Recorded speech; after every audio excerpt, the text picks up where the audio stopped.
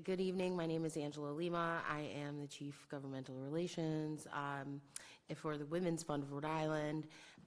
Tonight, I know that you will, I'm in between two very data-driven individuals, so I will just speak very plainly and say that we at the Women's Fund of Rhode Island are in support of this. I also understand one of the things that we're talking about is expanding the definition. I was a grandchild who had to take care of her grandmother in my early 30s, and within a week I became the financial executor, the healthcare proxy, and a whole other list of names of different responsibilities that got suddenly thrusted to me because I was the next oldest in line. And so I can't tell you how much I had to rely on the mercy of my job that it would give me the flexibility. I am the oldest of 8 children, and I, like the next eldest, was like, 9 years, 10 years, we're 10 years in between. And so it really fell upon me. And so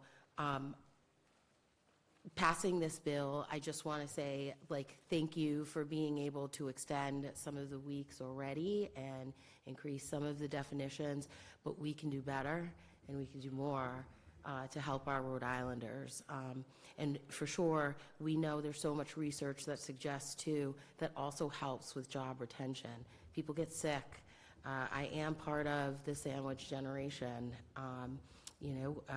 Where I am my family's primary caregiver. And so I speak on behalf of the Women's Fund, but also like a Rhode Islander who's lived here her whole entire life just trying to do the right thing.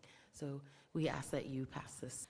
Thank you, Chair and members of the committee, for having me this opportunity to speak with you. My name is Jennifer Sylvia. I'm here on behalf of the Women's Fund of Rhode Island, as well as the Rhode Island Women's Bar Association, which I'm a board member of. And we are in full support of House Bill 7968.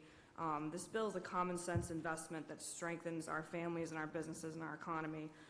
First, this bill is fundamentally pro-family. The core of this proposal, gradually increasing paid leave from 6 to 12 weeks, gives workers the time they actually needed to care, from 8 to 12 weeks. Give workers the time they actually need to care for a new child or a seriously ill loved one without the threat of financial devastation.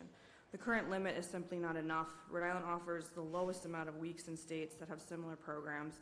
And furthermore, by expanding the definition of family to include grandchildren and other care recipients, this bill recognizes diverse structures of modern families and ensures the program is equitable and accessible to all Rhode Islanders. Second, this bill is pro-business. Opponents often frame paid leave as a burden, but other years of evidence from states with these programs, including our own, proves otherwise. And another key point of the bill as well that we think is also important is the option for self-employers to be able to opt into this program that they haven't had before. And also personally, I fully support the bill as well. I have been on the side of not having TCI and then also having TCI with my 2 children. So my daughter is 13 now, and I didn't have the option of TCI when I had her. So it's after 6 weeks after TDI. It was very hard to give my 6-year-old, which fortunately my mother could watch her, but I know a lot of people don't have that opportunity to take care of her so I could get back to work, and I was not ready. It was a very physical and emotional time, not having those extra weeks. And then with my son, who's now 9 and 17, I had that option with the TCI to add on after he was born, and it made a significant difference.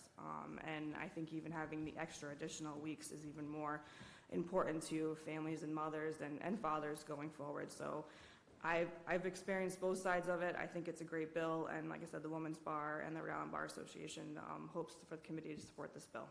Thank you. Thank you for your testimony.